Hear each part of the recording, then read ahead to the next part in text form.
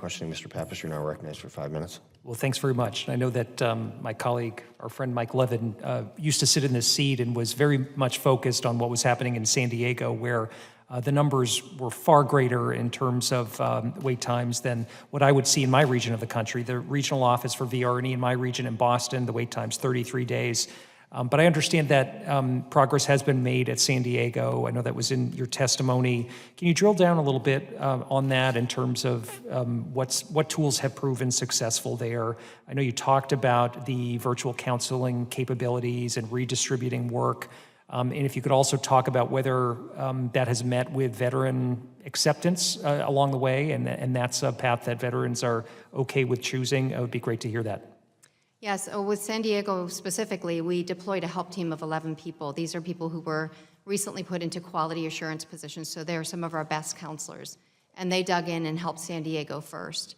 And then we also did the reassignment of work for the virtual counseling. We've not heard any complaints. Veterans seem to really appreciate the availability of virtual counseling, and truthfully, it's seamless to them where their counselor sits, as long as they get the counseling appointment that they need to get entitlement and get a rehabilitation plan developed. Okay. So it appears that progress was made in part by making sure that ratios were in a much more acceptable place than they previously had been in San Diego. Is that right? Yes, ratios were adjusted based on moving the workload to the people that we have on board. Okay. But it appears that you can't fully get there nationally and address those ratios without the additional people that you indicated you need for the program. That's correct. Okay.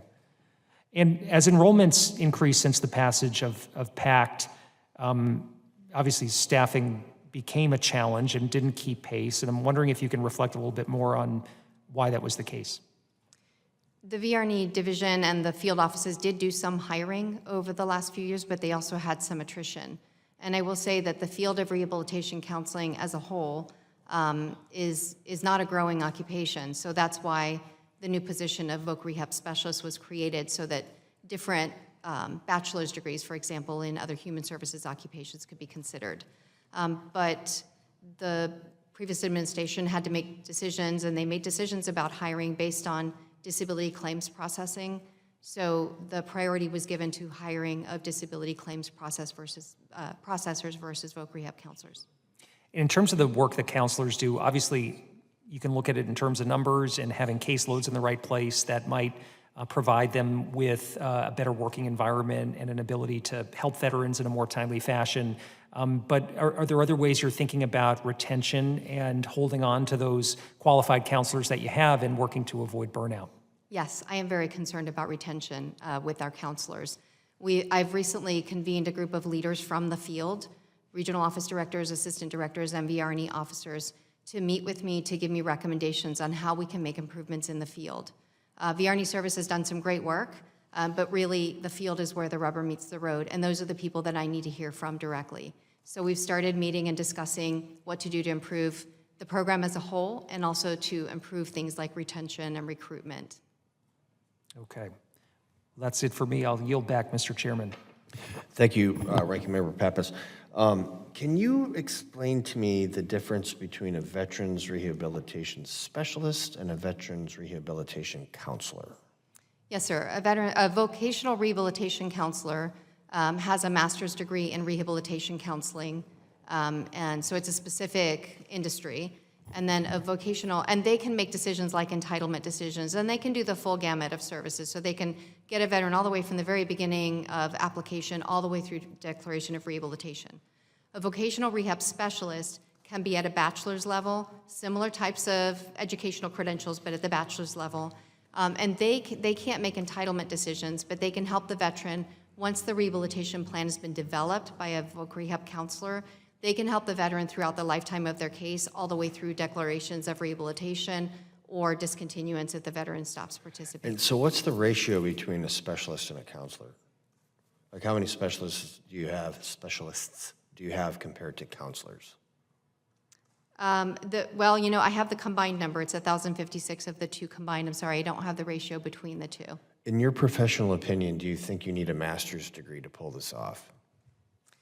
Sir, I think that what the master's degree gives us, I have a master's degree in rehabilitation counseling, and the training that you get in those master's degrees is how to really take a look at the disability conditions and the occupational areas and all of the supports that a veteran might need to achieve rehabilitation and overcome those barriers. Other occupations, such as social work, for example, might be more comprehensive in the clinical sense, but less focused on the occupational sense. Well, Ms. Devlin, I would posit that if you have a 45% recidivism rate, that's the wrong term because they're not going to jail, but if 45% of our veterans are returning, I would say that maybe we're not getting the money or the bang for the buck with a master's degree. So if someone is, if they're missing the mark 45% of the time, so what we're trying to do, if you need an additional 400 folks, that's going to be really hard to produce these people. So what I need from you is I need the ratio. And I'd like to see the specific differences. And if you don't have it in front of you right now, just get it to me. I want to see the specific differences in authorities because having done this myself, and my counselor, her first name was Ann, I won't say her last name, but it was awesome. You know what I mean? I don't know if she had a master's degree or a bachelor's degree, but she was great. And then seeing people along the way, I just think that what we're doing is we're requiring an educational we're setting a standard for an education that's actually limiting our ability to hire people. And I don't see an appreciable difference between the two right now. And I don't want this to be a program that is hampered by an artificial requirement. And the Secretary of Defense and some other folks have removed these requirements for GS levels. You have to have a bachelor's to be this and a master's. Okay, that's been removed through a lot of these different career fields. And I think that's something we need to look at here, just because of these things.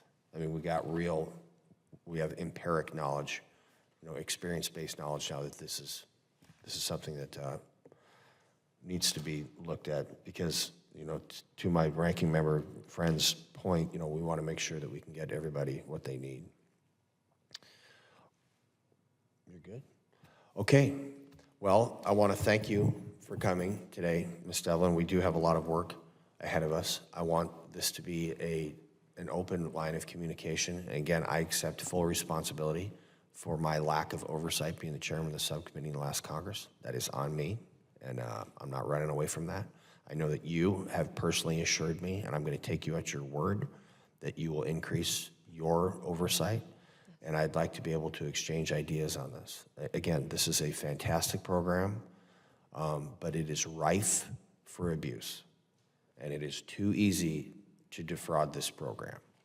And we want to make sure that we hyper-focus these dollars. Because this, how much is it? $72,000 a year? We could essentially fund everybody you need if we got rid of what is clearly fraud. You can say whatever you want, but it's not. You don't spend $900,000 and not have a bachelor's degree. It's just not it. And then we're also going to work on splitting off the adaptive home things, because those are super important too. That veteran loses their legs or arms or whatever. We need to do that. I don't care how much it costs. That's a debt that we owe to the veterans. But I just want to be able to clean up our funding lines so we know exactly what we're spending on, so we can maximize these dollars to give every veteran that earned these benefits exactly what they need to thrive. And I would like to yield to my ranking member if you have any closing comments, sir. No, thanks. I think we generally agree on the challenges here, and I'm grateful to hear some of the ways that you've made some progress at realizing better numbers in certain locations around the country, including San Diego, and I think there are important lessons to be learned. So in addition to rebalancing caseloads and having better internal controls and providing the best training possible, it's clear this is an issue where we need more people. We need more counselors and support staff in order to get to those ratios that are acceptable so that veterans aren't waiting far too long and are getting the help that they deserve. So I know I want to work with you on that to help get you the support that you need and deserve there. And I'm grateful for your reflections and want to continue to make sure we're engaging the veteran community in terms of their own satisfaction and trust with respect to this program, which is a real game changer, as you said, Mr. Chairman. I'm glad that this support is there. We've got a ways to go to make it better. Certainly, we have to pay attention to those cases where fraud is possible or where it may be happening.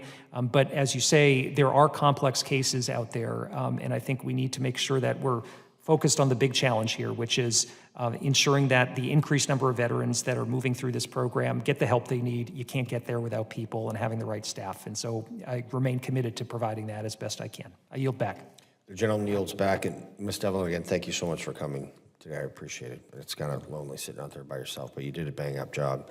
I ask unanimous consent that all members may have 5 legislative days to revise and extend their remarks and include extraneous materials without objection so ordered.